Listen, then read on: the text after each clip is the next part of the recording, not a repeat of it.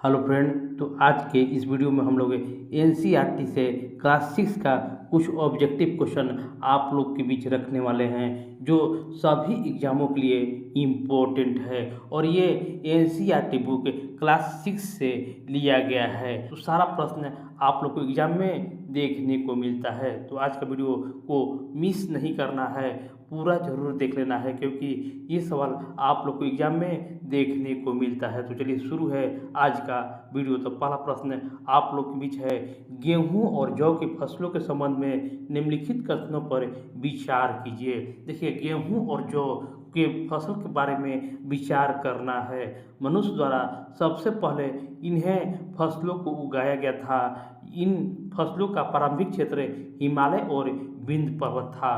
तो देखिए, इसका विकल्प दिया हुआ है केवल एक, केवल दो, एक और दो दोनों, या इनमें से कोई नहीं।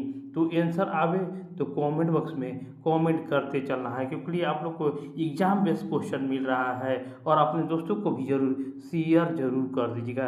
देखिए, इसका जो आंसर होगा केवल एक हो जाएगा। मनुष्य द्वारा सबसे पहले इन्हीं फसलों को उगाया गया है। गेहूं और जौ मानव द्वारा उगाई गई सबसे प्रारंभिक फसलें थीं, लेकिन इसका क्षेत्र उत्तरी पश्चिमी भारत मेहरगढ़ में था, न कि हिमालय विंध्य के क्षेत्र में। गेहूं और जौ उपजाने का प्राचीनतम साक्ष्य कहाँ से मिले हैं? गेहूं और जौ उपजाने के प्राचीनतम साक्ष्य कहाँ से मिले हुए हैं? तो देखिए, और प्रश्न एक में आप लोग को आंसर मैंने बता दिया कि गेहूं और जौ जो है वह प्राचीनतम साक्ष्य जो है मेहरगढ़ से प्राप्त हुआ है। तो ये भी आप लोग को याद रखना है। मेहरगढ़ वर्तमान पाकिस्तान में स्थित है, जो लगभग 7000 ईसा पूर्व कृषि के प्रमाण मिले हुए हैं। नवीनतम शोध के अनुसार चावल उपजाने का प्राचीनतम साक्ष्य कहाँ से पाए गए हैं? नवीनतम शोध के अनुसार चावल उपजाने का प्राचीनतम साक्ष्य कहाँ से पाए गए हैं? लहुरा देव, माहरगढ़, मेहरगढ़ या लोथल? तो देखिए, नवीनतम शोध के अनुसार पूछे तो इसका जो आंसर होगा लहुरा देव। लहुरा देव जो है वो उत्तर प्रदेश में स्थित है और यहीं से चावल की खेती के लिए सबसे पुराना प्रमाण मिला है। गंगा नदी के दक्षिण में सोन के आसपास के क्षेत्र प्राचीन काल में किस नाम से जाना जाता था? ये भी VVI इम्पोर्टेंट क्वेश्चन है। गंगा नदी के दक्षिण में और सोन नदी के आसपास के क्षेत्र प्राचीन काल में किस नाम से जाना जाता था? अवंती, मगध, वैशाली या कलिंग? तो इसका जवाब को कमेंट बॉक्स में आप लोग को देना है कि प्राचीन काल में इसे कौन से नाम से जाना जाता है जो गंगा और सोन नदी के बीच में स्थित था। मेहरगढ़ निम्नलिखित में से किस दर्रे के निकट स्थित है? मेहरगढ़ निम्नलिखित में से किस दर्रे के निकट स्थित है? खैबर दर्रा, बुलंद दर्रा, काराकोरम दर्रा या जोजिला दर्रा? तो मेहरगढ़ जो है वो बुलंद दर्रा के निकट है। बुलंद दर्रा प्राचीन काल में व्यापार और आवागमन का प्रथम मगध साम्राज्य का उत्कर्ष किस शताब्दी में हुआ था? ये भी VVI इम्पोर्टेंट क्वेश्चन है। मगध साम्राज्य का उत्कर्ष किस शताब्दी में हुआ था? देखिए, जब ह्वेनसांग आया था उस समय 6ठी शताब्दी चल रहा था और उसी समय मगध साम्राज्य का उत्कर्ष हुआ था और इस काल में बिंबिसार और अजातशत्रु जैसे शक्तिशाली शासक हुए। मगध साम्राज्य का वास्तविक संस्थापक कौन था? मगध साम्राज्य का वास्तविक संस्थापक कौन था? अजातशत्रु, बिंबिसार, महापद्नंद या घनानंद? तो वास्तविक संस्थापक जब पूछे तो बिंबिसार इसका आंसर हो जाएगा।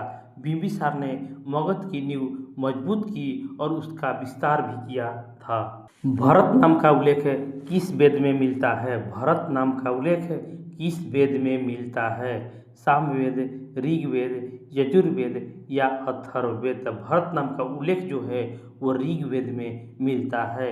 ऋग्वेद में भरत जनजाति का उल्लेख मिलता है। ऋग्वेद लगभग कितने वर्ष पुराना माना जाता है? ऋग्वेद लगभग कितना वर्ष पुराना माना जाता है? तो ऋग्वेद जो है 3500 वर्ष लगभग पुराना माना जाता है और ऋग्वेद की रचना लगभग 1500 ईसा पूर्व मानी जाती है। अशोक का कंधार अभिलेख किस लिपि में लिखा गया है? अशोक का कंधार अभिलेख किस लिपि में लिखा गया है? तो ये होगा यूनानी और अरमाइक लिपि में अशोक का कंधार अभिलेख लिखा गया है।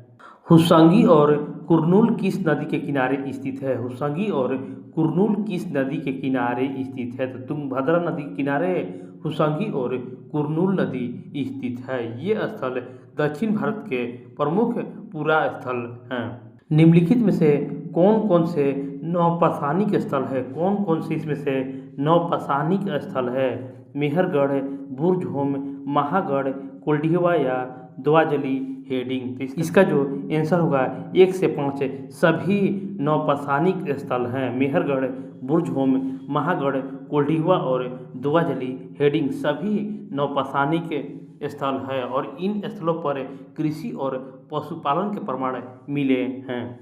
राख के साक्ष्य किस स्थल से मिले हैं? राख का साक्ष्य किस स्थल से मिले हुए हैं? तो राख का साक्ष्य जो है कुरनूल गुफा से आग का प्रयोग मिले हैं। प्रागैतिहासिक शैल चित्रकला के लिए प्रसिद्ध स्थल कौन सा है? प्रागैतिहासिक शैल चित्रकला के लिए प्रसिद्ध स्थल कौन सा है? आंसर होगा भीमबेटका स्थल प्रसिद्ध है। निम्नलिखित में से कौन स्थल आखेटक खाद्य संग्रह के लिए प्रमाण नहीं मिले हैं? किस स्थल से आखेटक खाद्य संग्रहण का प्रमाण नहीं मिले हैं? भीमबेटका, हुस्संगी, चिरांद या कुरनूल। तो देखिए आखेटक भी VVI आप लोग को एक प्रश्न जरूर सीटेट में देखने को मिलता है। आखेटक जो है वो चिरांद में प्रमाण नहीं मिला है। और ये प्रश्न आप लोग को एग्जाम में देखने को मिल सकता है। कृषि का आरंभ कितने वर्ष पूर्व माना जाता है? कृषि का आरंभ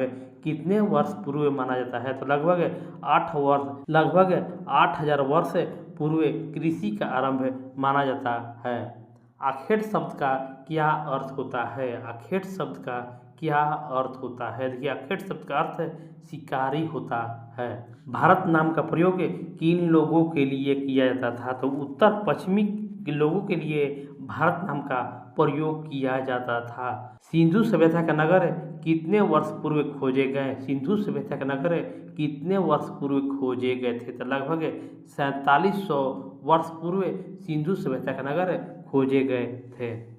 इंडिया शब्द किस शब्द से निकला है? इंडिया शब्द किस शब्द से निकला हुआ है? तो इंडिया जो है इंडस शब्द से इंडिया निकला हुआ है।